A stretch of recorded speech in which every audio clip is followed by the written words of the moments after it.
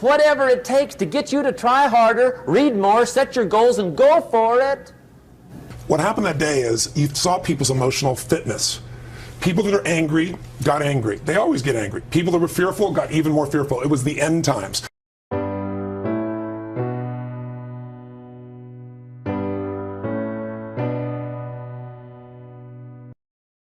Tony, it's good to have you here. Good morning. Thank you, Matt. Let me talk about fear right off the bat. Fear of not being able to make ends meet, provide for your family, fear you're going to lose your job or your home or a combination of the two. How do you tell people to deal with the emotion of fear? I think people have to educate themselves as to what's really happening right now. We are going through a transition.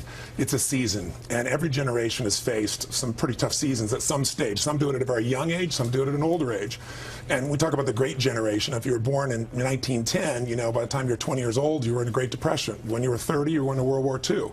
So our generation has had it fairly easy. You know, we've all experienced pain. I'm sure you've experienced it in your family. I have in mine. But we haven't experienced it at a cultural level to the extreme that we're starting to experience So right you're now. saying we haven't been adversity tested. We lived through a period where mortgages seemed too good to be true, so we bought bigger houses. That's right. Where gas seemed relatively cheap, so we bought more and bigger cars. Where the stock market was booming, so we invested. Now we're finally seeing adversity? We're seeing it at a much deeper level, and we're going to see more of it. I mean, we have $9.5 trillion worth of debt against the GDP that's, you know, $13.5 trillion. So there are real challenges. They're not going to go away tomorrow. But here's what we have to be able to do. With every season, there are challenges, just like nature seasons, and there are opportunities.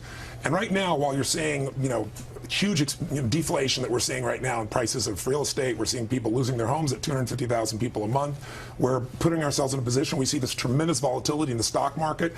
But at the same time right now, commodities, oil, gold, foodstuffs are exploding. They're in a bull market. Right now, if you try to use the US dollar over in Europe, you get to see, you know, it's dropped by 40%. But if you took that same money and you're investing in Vietnam, even if you're just a little investor just getting going, your money goes a long way, and you're in an economy that is growing at a different rate. I like your concept of looking for the bright side, the opportunity, as you put it. But if the guy's calling you at night as you're sitting down to have dinner and he's trying to collect on the bills, and you're worried about losing your benefits at work, it's tough to look outside your immediate misery and see opportunity. So how do you coach people to do that? How do they get over that hump? You have to train yourself emotionally and mentally. It's like anything else. People have a habit. When 911 happened, I was together with about 2,500 people from 45 countries. It hit. We got the phone call at 3 in the morning. We're actually in Hawaii. And I had about 110 different people from the financial district here. Many people live there. So 65 people plus had lost their entire business, all their friends, all their family. What happened that day is you saw people's emotional fitness. People that are angry got angry. They always get angry. People that were fearful got even more fearful. It was the end times. There were individuals there that were caretakers, and they were out there finding it. So it's a habit to find your emotions. So what I'd say to people is you have to discover what your emotional pattern is, and then you condition the emotion you do need. In those situations, what you need more than anything else is creativity, determination. You have to have some emotions that'll get you over it, because the force that shapes the marketplace up and down is the force that shapes your life. It's emotion. Two quick things. Phil Gramm, former senator, got in some trouble last week when he said we've become a nation of whiners when dealing with this economy. Is there some truth to it, in your opinion? Well, I think we're emotionally unfit as much as we could be. I mean, there's no question that many people, I mean, I've had a doctor come to me and say, you have a tumor in your brain. I want to operate. So is Lance Armstrong. The question is, when those things happen, what do you focus on? What does it mean? What do you do? Do you focus on, you know, why did this happen to me? Or what does it mean? Is it over? Or are you just beginning? Is this a gift? In Lance's case, he found a way to take enough action. You know, after you deal with cancer, you look over at, you know, somebody on a bicycle, and it's pretty easy. You win 7 of these in a row. So if we're supposed to get in this emotional good shape earlier on in our lives, is there an opportunity here, Tony, for parents? You know, families are going through a hard time. Parents of kids, and I'm talking about 10, 12, 14-year-old, not 3, 4-year-old, to be honest and open with their kids and talk to them openly about what the family's facing and what people in this country are facing, so that they don't go on thinking money grows on trees? Well, I think here's what's really great. We're going to become emotionally fit because we have to. Necessity is there. But the thing that will give people hope is not positive thinking, it's role models. Sir John Templeton is one of my heroes. I interviewed him not long ago, and he just passed away, as you probably know, about a week ago. And here's a man who started with nothing in 1939. You know, Hitler is invading, and he went out at that time and said, maximum pessimism is when you can do the best. This is when you can grow. He went out and he took stocks here in the U.S. that were on the floor and got them for $1 each, borrowed $10,000, and built the basis of a multi-billion-dollar empire. Today, even though he's passed, he has this foundation that's about $1.5 billion endowment. It gives away $70 million a year, and it's all because this man, when Japan after the war went to the floor, that's where he went. So when Brazil and when South America's inflation was going crazy, that's where he went. When no one went to China, that's where he went. If you go to where maximum pessimism is, you can shift it. But with your kids, they're going to have to change. They don't have a choice. And that's what's going to make us stronger. Necessity is going to make it happen. We can step up, though, by modeling. And one last thing. Quickly, finding a way to get outside yourself. When things are the worst for you, there's always somebody doing worse. 2/3 or almost a little more than half this planet lives on $2 a day. We're stronger than we think we are, and we can train ourselves to be able to take advantage of the tough times. Whatever the experience it is, it's so valuable. And here's my best advice. Welcome all experiences. You never know which one is going to turn everything on. Don't put up the walls. The same wall that keeps out disappointment keeps out happiness. Take down the walls. Go for the experience. Let it teach you. Here's the next attitude disease. Overcaution. Some people never will have much. They're too cautious. Now, you can also be too reckless, but you can also be too cautious. This is called the timid approach to life.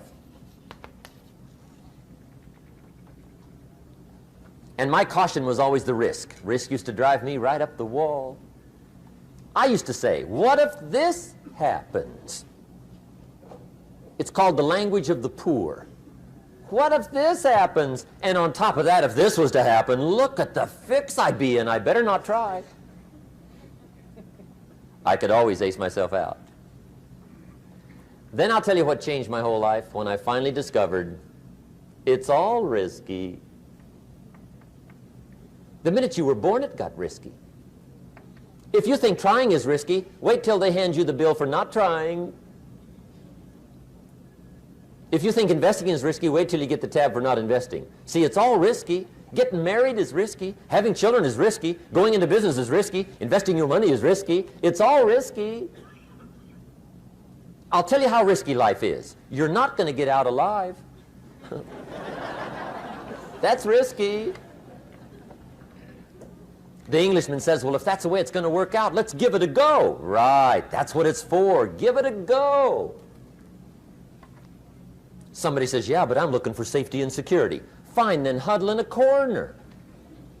We'll cover you with a sheet, bring you 3 meals a day. And we'll protect you, feed you, look after you, care for you. We won't let anything happen to you, and you'll probably live to be 100.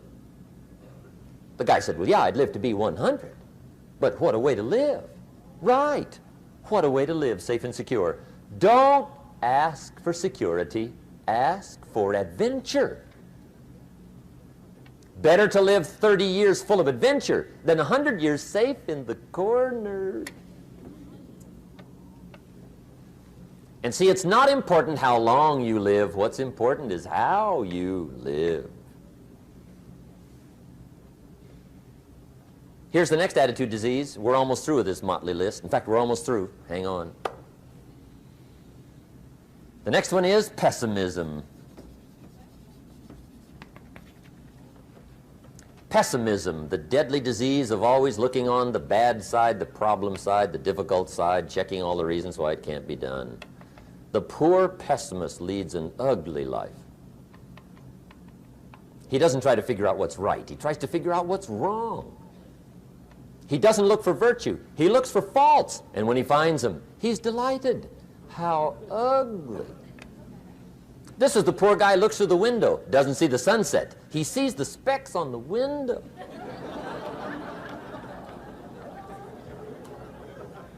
And this is the poor guy, right, who rushes up, takes such leave of his senses. This guy rushes up and he says, I've got 5 good reasons why it won't work. He's so dumb he doesn't know all he needs one. He's got five.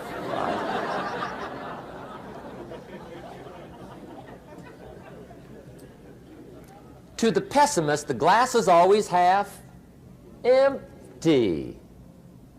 To the optimist, the glass is half full. Why would the same measure affect people two different ways? Answer: it all depends on how you look at it. Our lives are mostly affected by the way we think things are, not the way they are. The way we think they are affects us most. There's a subject we don't have time to get into tonight called better thinking habits. One of the major things Shoaff taught me when I met him, he said, poor thinking habits keeps most people poor. Not poor working habits. Most people work hard, but they don't think hard. And Shoaff taught me that the mind is like a factory, a mental factory. And whatever you think about all day long pours ingredients into this mental factory. And that's what builds the economic, social, financial fabric of your life. He quoted me a Bible phrase that says, as you think, so you become. How awesome. When he talked about poor thinking habits, he had me. I used to start the day reading the morning newspaper. I mean, you can believe that or not. I'd get a cup of coffee and read the paper. I'd load up on wars and riots and murders and stabbings and killings and bank robberies and muggings and car wrecks and tragedies. I'd even read the back pages. I seem to like that stuff for some weird reason. I'd load up on all that, and then I'd start the day. You can imagine the kind of days I used to have. You walk around on your financial knees. They call you economic peewee.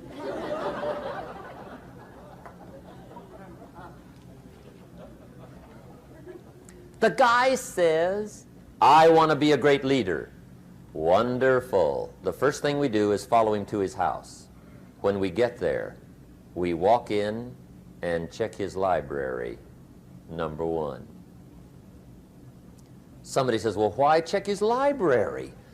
The reason is because what a man reads pours massive ingredients into his mental factory, and the fabric of his life is built from those ingredients. You would not believe what some people have got in their house to read.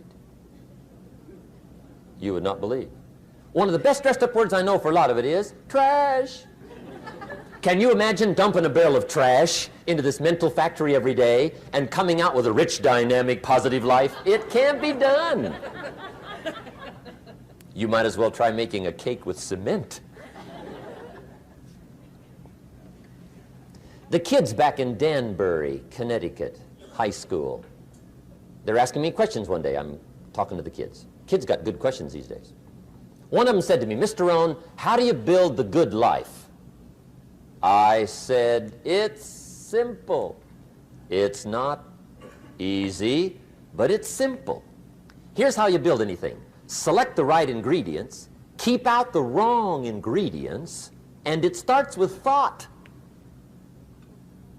Everything starts with thought. So you must be wise and careful what you think about, because that starts everything. You got to be wise and careful. I asked the kids, what would happen if somebody dropped sugar in my coffee? They said, well, you'd be okay.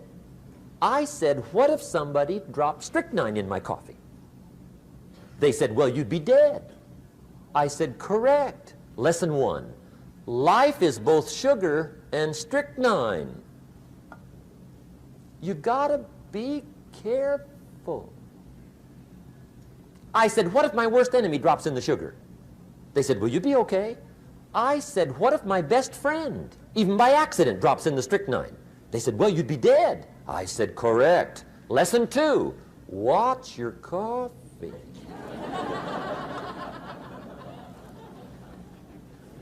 You got to be careful. See, it doesn't matter who hands you the bad stuff. It doesn't matter where you get the bad stuff. It'll still do its damage on your bank account, wherever you get it. Mr. Shoaff gave me one of the greatest phrases when I first met him when he said, Jim, every day stand guard at the door of your mind. How important. Stand guard at the door of your mind. And you decide what goes into your mental factory. Don't let anybody just dump anything they want to in your mental factory, because you've got to live with the results. Okay, here's the last disease, and we're through with this list. In fact, we're almost through. Hang on. The last subject is very brief. The last disease, but this one is deadly. Engage in this one, indulge in it even slightly, and you might as well forget the future, because it's going to forget you. Complaining, crying, whining, griping, a Bible word called murmuring. See, that'll ace your future. Spend 5 minutes complaining, and you have wasted 5. And you may have begun what's known as economic cancer of the bone. Surely they will soon haul you off into a financial desert and there let you choke on the dust of your own regret. I hope I said that well, so you won't forget. It's a deadly disease. If you don't think it's bad, ask the children of Israel of Old Testament fame. Typical of us all, their story just happened to get in the book. Story says, children of Israel were slaves. God performed a series of dazzling miracles and got them out. And now they're heading for the promised land. Remember the story? Heading for the promised land. Tragedy of the story, they never got there. Reason. From day one, they started to complain. They griped about the water. They griped about the weather. They whined and cried and griped about the food. They griped about the leadership. They whined and cried because it was too far, too cold, too hot, too difficult, too miserable. I mean, they whined and cried for years. Finally, God said, I've had it, trip canceled. Or something like that. The story says they died in the desert, never got to the promised land. Which I think means 2 things. Indulge in this long enough, you get your future canceled. And I guess it also means even God himself can only take so much.